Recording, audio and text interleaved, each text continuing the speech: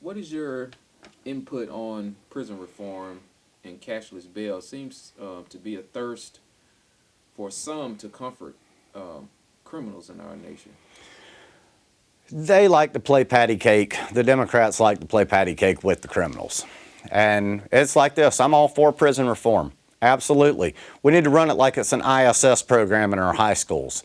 And we need to eliminate the 2-for-1, get out of jail pass for good behavior. This is nonsense. This is nonsense. I have 3 children at home.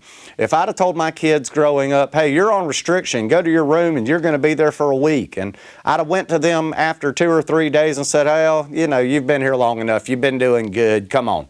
All we did was teach them that the penalty is not the penalty. The penalty is just a prelude to the escape.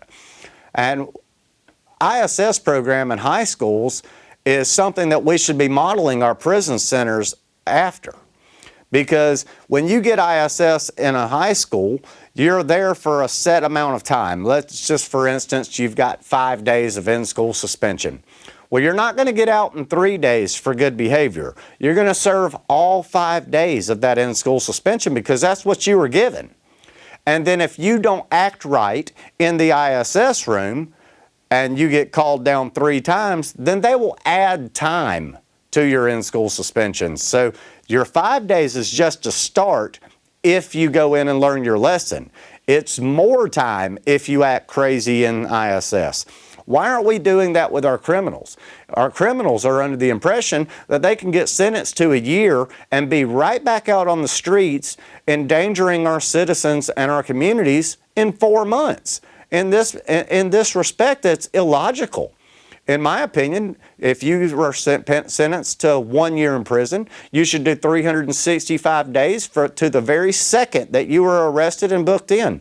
And if you get in more trouble in jail and you don't remember how to act like a good, productive member of society while in lockdown, then we should keep you there until you do.